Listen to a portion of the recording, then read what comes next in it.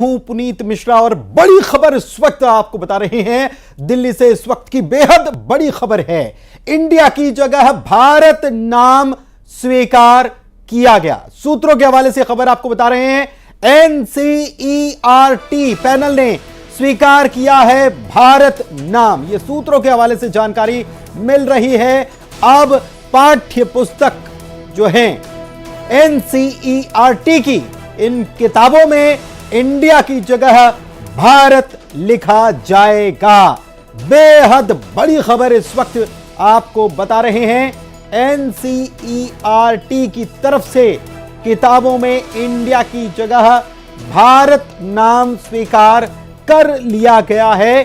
सूत्रों के हवाले से बेहद बड़ी खबर इस वक्त आपको बता रहे हैं। बड़ा विवाद इंडिया और भारत को लेकर कई जगहों से, कई धड़ों से सामने आ रहा था। इस बीच ये बड़ी खबर, विनीत हमारे संवाददाता हमारे साथ जुड़े हुए हैं।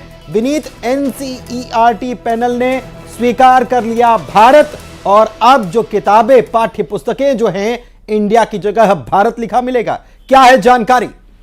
जी, निश्चित तौर पर मैं आपको बताना चाहूंगा कि हमें जो जानकारी मिल रही है उसके अनुसार कुछ हफ्तों पहले इस संबंध में एक प्रस्ताव जो है वो एनसीईआरटी पैनल के पास आया था, और एनसीईआरटी पैनल ने इस प्रस्ताव को सर्वसम्मति से जो है वो पास कर लिया है, स्वीकार कर लिया है। जिस प्रस्ताव में यह कहा गया है कि साफ तौर पर अब जहां जहां एनसीईआरटी की पुस्तकों में इंडिया लिखा गया है, अब उसकी जगह जो है वो भारत शब्द का प्रयोग किया जाएगा। तो साफ तौर पर इंडिया की जगह जो है वो भारत शब्द का प्रयोग किया जाएगा। इस संबंध में जो एनसीईआरटी पैनल के पास जो प्रस्ताव आया था उसे सर्वसम्मति से स्वीकार कर लिया गया था। जैसा कि जानकारी मिल रही है कि इस संबंध में कुछ हफ्ते पहले जो है वो एनसीईआरटी पैनल के पास एक प्रस्ताव आया था, और उसके बाद ही यह फैसला लिया गया। एक और बड़ी जानकारी जो हमने पता की है, उसके अनुसार जब हमने एनसीईआरटी के जुड़े अधिकारियों से बात करने की कोशिश की, तब उनका साफ तौर पर कहना था, उन्होंने अनौपचारिक तौर पर यह बात कही है कि अब जो अगला जो प्रिंट होगा, जब अगला पाठ्य पुस्तक जो प्रिंट होगा, उसमें जो है वो एनसीईआरटी पुस्तकों में इंडिया की जगह भारत शब्द का प्रयोग किया जाएगा। और इससे संबंधित जो पैनल ने प्रस्ताव है उसे सर्वसम्मति से पास कर लिया है। जी ठीक है, तो ये तो एनसीईआरटी की पुस्तकों में ये हो जाएगा, लेकिन क्या ये प्रस्ताव कहां से आया था? ये कुछ पता चल पाया है कि प्रस्ताव लाया किसके द्वारा गया था? फैसला तो अब हो ही चुका है।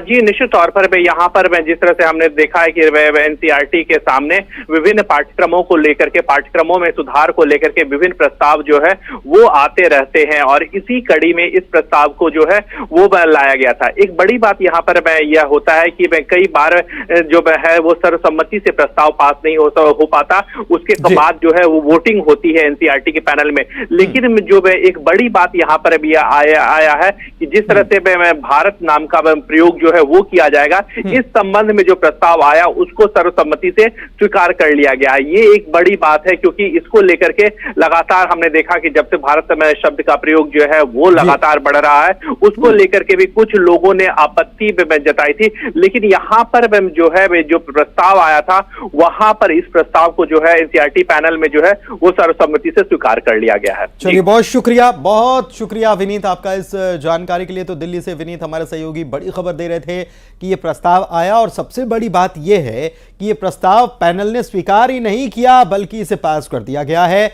और तो और सर्वसम्मति से पास कर दिया गया है। किताबों में इंडिया की जगह, नई जो छपाई होगी उसमें इंडिया की जगह भारत नाम स्वीकार कर लिया गया है।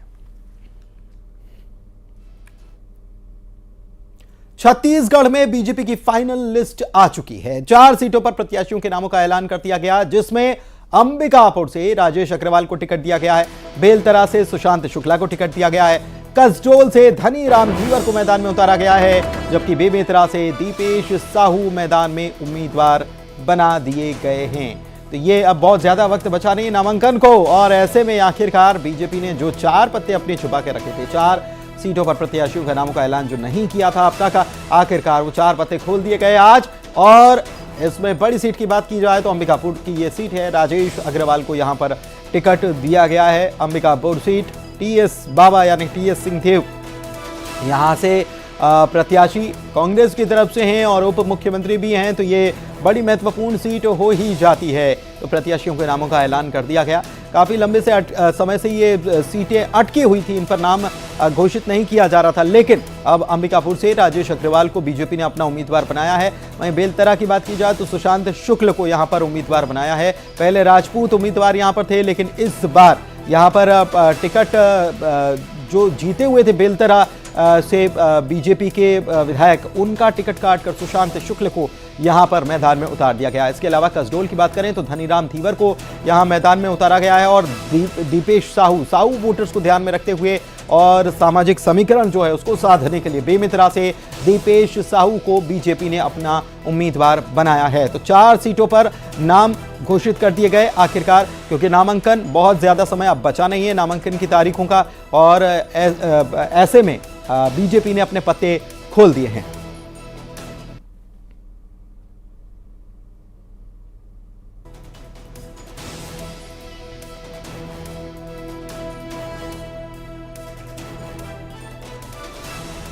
तो अंबिकापुर में किसके किसके बीच मुकाबला होना है? राजेश अग्रवाल देखिए और टीएस सिंहदेव के बीच मुकाबला अंबिकापुर में होना है, और बड़ा मुकाबला ये माना जा रहा है।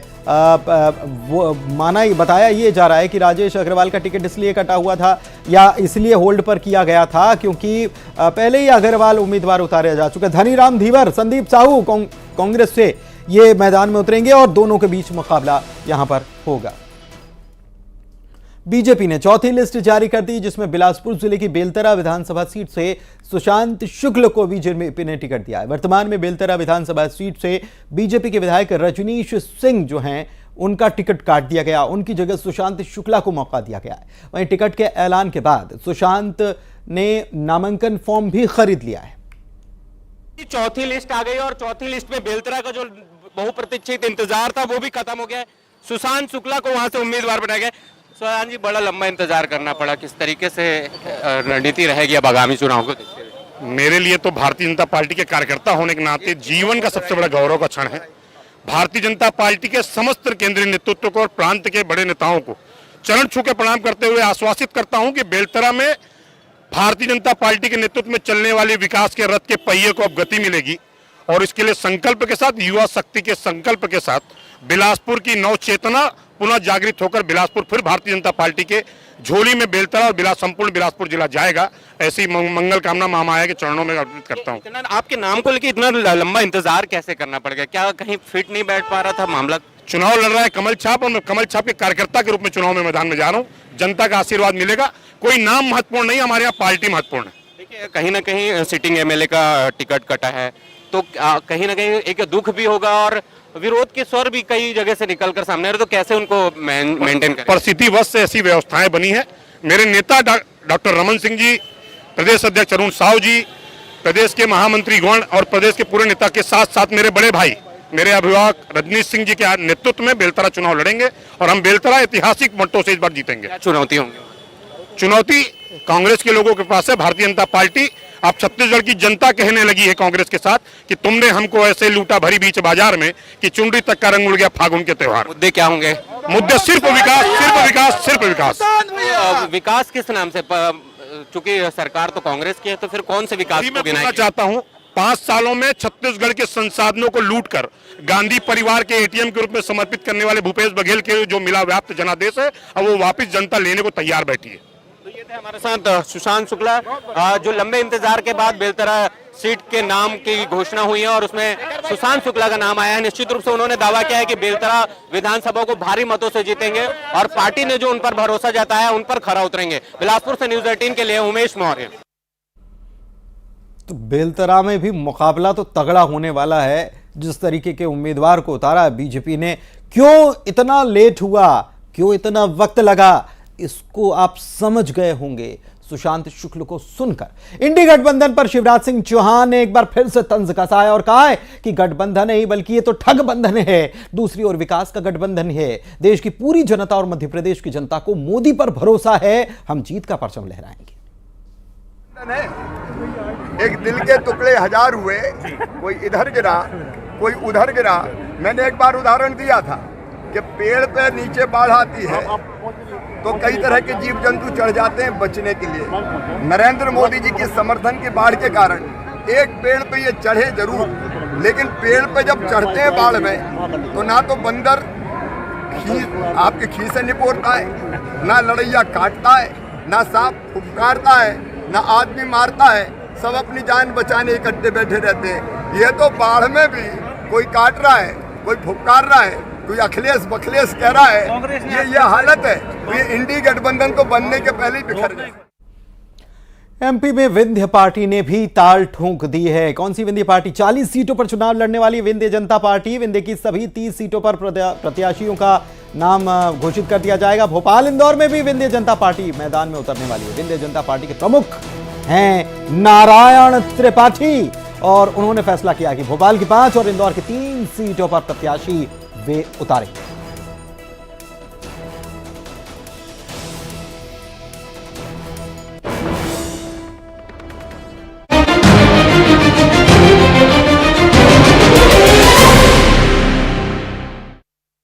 विधानसभा चुनाव का बिगुल बजते ही जिस तरीके से चाय में उबाल आ रहा है, वैसे ही माहौल में भी उबाल आने लगा है। सबसे ज्यादा जो चर्चा विधानसभा चुनाव को लेकर वो चाय की टपरी में हो रही है और जो खासकर चुनाव बनने तक की जो भी जितनी भी डिस्कशन हो रही है लोगों की और युवाओं के बीच में होती है। और यहाँ पर अभी हम पहुंचे चाय की टपरी में, जहां पर कुछ युवा साथी हैं, उनसे बात जानने की कोशिश करेंगे क्या माहौल क्या है सिवनी विधानसभा क्षेत्र में। कुछ लोग यहाँ बैठे हैं। क्या नाम है आपका? अनूप मिश्रा। अच्छा अनूप जी, सिवनी विधानसभा क्षेत्र से? जी सिवनी विधानसभा क्षेत्र से हूं मैं। जी, क्या माहौल है? माहौल अभी जो भारतीय जनता पार्टी के द्वारा टिकटें घोषित कर दी गई हैं उसके बाद से लगातार प्रत्याशी द्वारा जनसंपर्क चालू है, माहौल बना दिया गया है। उसके अपेक्षा कांग्रेस पार्टी द्वारा भी कहीं की भी सीटें घोषित नहीं की गई है, तो वर्तमान में कांग्रेस पार्टी का किसी तरह का माहौल नहीं दिख रहा है। भारतीय जनता पार्टी के प्रतिनिधि जो है जनसंपर्क में निकल चुके हैं। माहौल भारतीय जनता पार्टी का पूरी तरीके से बन चुका है। जी, क्या नाम है आपका? सर वीरेंद्र सिंह नाम लिखता हूं मैं। आपका यहाँ लोकल के हैं क्या? जी मैं लोकल का हूं। और जैसे कि अभी आपने भाई साहब से सवाल पूछा कि क्या माहौल मतलब दिख रहा है, तो मैं कहूंगा कि माहौल पे हम ना जाएं। हम देखें कि मतलब चीजें हम ऐसे माहौल से जज ना करें कि भाई कांग्रेस का माहौल चल रहा है या भाजपा का माहौल चल रहा है। सिवनी हमेशा से बीजेपी का गढ़ रहा है, लेकिन बीजेपी में रहने के बाद भी यहाँ के प्रत्याशी द्वारा मतलब पूरी जान लगाई गई है, लेकिन कहीं ना कहीं वो संतुष्टि यहाँ की आम जनता को नहीं मिल पाई मेरे हिसाब से, जो मिलनी चाहिए। तो मुझे लगता है कि मैं खुद सपोर्टर हूँ भारतीय जनता पार्टी का, लेकिन ये मेरी खुद की एक आम वोटर के मतलब एक आम वोटर की तरह मैं अपील करना चाहता हूँ कि जो भी प्रत्याशी है वो मतलब पूरी मेहनत तो करती हैं, लेकिन कुछ माहौल तो लगता होगा, आप लोगों से बातचीत करते होंगे, एक युवा है, कई बार सर माहौल तो देखिए, मैंने जैसे कि आपको बताया कि ये गढ़ है, मतलब बीजेपी का है। आप यहाँ चौथे व्यक्ति से आप मिलेंगे तो मतलब बीजेपी का सपोर्टर ही मिलेगा और उसी की बात करेगा। तो मैं चाहता हूँ कि बीजेपी और कांग्रेस से हटके हमें चीजों को थोड़ा सा मतलब इनसे उठ के हमें सोचनी चाहिए कि काम हो, बेरोजगारी पे चर्चा हो और तो बिल्कुल क्या होना चाहिए, मतलब आप काफी गंभीरता से बात कर रहे हैं, क्या होना चाहिए? बिल्कुल विकास की बात करनी चाहिए। मेरे हिसाब से विकास को मतलब हमें महत्व देनी चाहिए, विकास की बात करनी चाहिए। मुझे लगता है इसमें कोई राजनीति नहीं होनी चाहिए। जो भी कैंडिडेट है या जो भी प्रत्याशी है तो उसको बिल्कुल हम लोग फुल सपोर्ट करेंगे, मतलब विकास की बात होनी चाहिए, कुल मिला के है। और कुछ और लोग हैं। जी, क्या नाम है आपका? जी मेरा नाम आशीष राजपूत है। आशीष जी, जैसे अभी सुना, क्या माहौल लगता है, आप बताएं। माहौल तो कहना चाहिए कि एक टाइप से परिवर्तन का ही है। यहाँ पे 30-35 साल से हम लोग देखते आ रहे हैं, यहाँ के युवा भी देखते आ रहे हैं और जो बुजुर्ग हैं वो भी देखते आ रहे हैं कि मतलब कोई ऐसा माइलस्टोन नहीं कह सकते कि जो बीजेपी के शासनकाल में हुआ हो। बाकी जो व्यवस्थाएं हैं पुरानी सरकारों की दी हुई हैं वही चलती आ रही हैं और नया परिवर्तन ऐसे देखने को मिला नहीं है इतने सालों के बीच में। जैसे भैया ने अभी बोला कि बेरोजगारों के विषय पे बात होनी चाहिए, तो सिवनी में खासकर बेरोजगारी का बहुत बड़ा कहना चाहिए एक प्रभाव है यहाँ पे, यहाँ के युवाओं के लिए, कि कोई बड़े उद्योग नहीं लग पाए आज तक, कोई बड़े ऐसे कारखाने नहीं है कि जहाँ पे यहाँ के युवा काम कर सकें, या कोई ऐसा बिजनेस IT पार्क नहीं है कि जहाँ पे प्राइवेट MNC इन्वेस्टमेंट करें। पास में ही नागपुर भी है, छिंदवाड़ा है, जबलपुर है, हमारे पास में आसपास। तो क्या इन मुद्दों को लेके माहौल बन रहा है शहर में?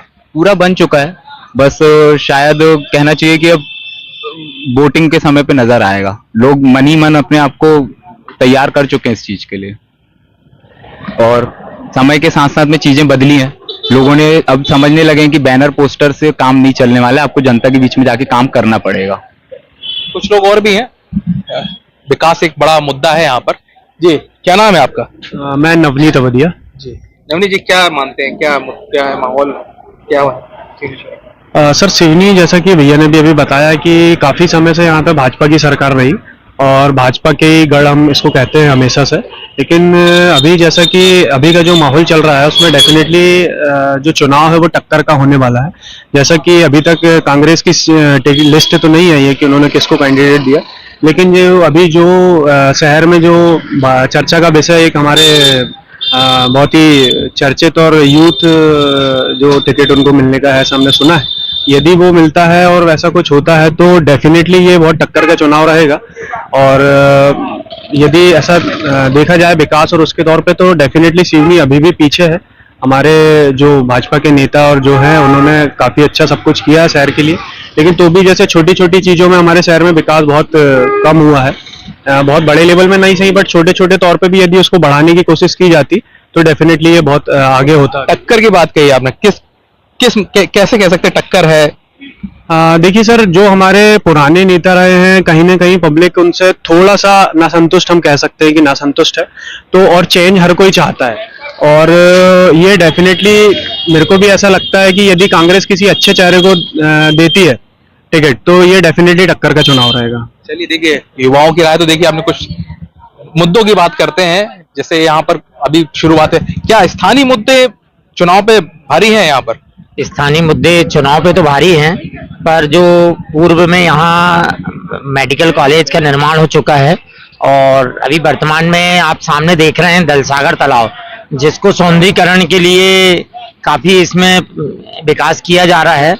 और भी स्थानीय मुद्दे हैं, जैसे यहाँ पे नहरों का विकास है, रोडों का निर्माण कार्य, और भी जो कृषि विद्यालय आने का है। स्थानीय मुद्दे सब भारतीय जनता पार्टी के द्वारा जो विकास किया जा रहा है लगातार, ऐसा लग रहा है कि इन विकास कार्य जल्दी ही पूर्ण होगा और भारतीय जनता पार्टी यहाँ पूर्ण रूप से विजय होगी। चलिए, काम हो रहा है, काम और भी होगा। क्या देख के वोट करेगी इस बार? शॉर्ट में जाना चाहूंगा। जी सर, देखिए इस बार जनता को देखने के लिए बहुत सारी चीजें हैं। मतलब जनता इस बार ऐसे मूड में नहीं है, क्योंकि एक वो टाइम था कि मतलब माननीय प्रधानमंत्री जी मोदी जी के नाम पे एक लहर थी, तो जहां तक मैं समझता हूँ कि वो लहर अभी नहीं है, तो मेहनत तो करनी होगी, चाहे वो प्रत्याशी हो या फिर मेरे हिसाब से मेहनत करनी होगी। लोग मुद्दे और आपके काम को देख के आपको वोट मतलब करेंगे। जी, देखिए एक बात सही कही है कि काम देख के ही मतदाता तय करेंगे कौन विधायक बनेगा, लेकिन एक चीज जानना जरूरी है कि आम राय जो जनता की क्या है? आम राय जनता की यह है कि उन्होंने जो विश्वास दिलाया था जनता को कि हम लोग ये करके दिखाएंगे। सिवनी का नाम टाइम पे ये चल रहा था कि संभाग के लिए भी प्रस्तावित किया जाएगा, आने वाले शहरों में मतलब उद्योग लगाए जाएंगे।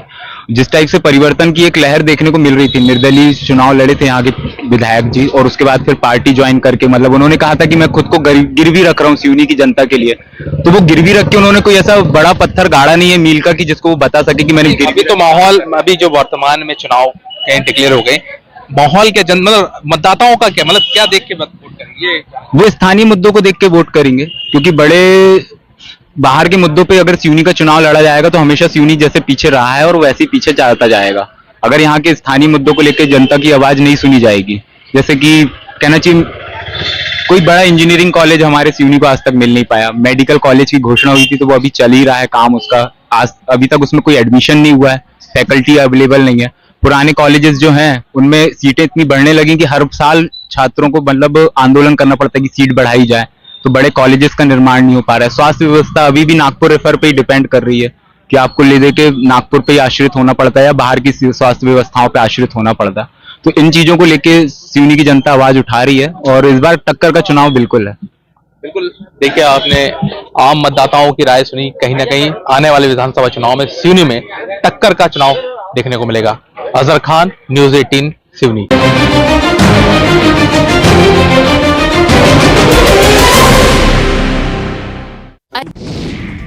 Big boss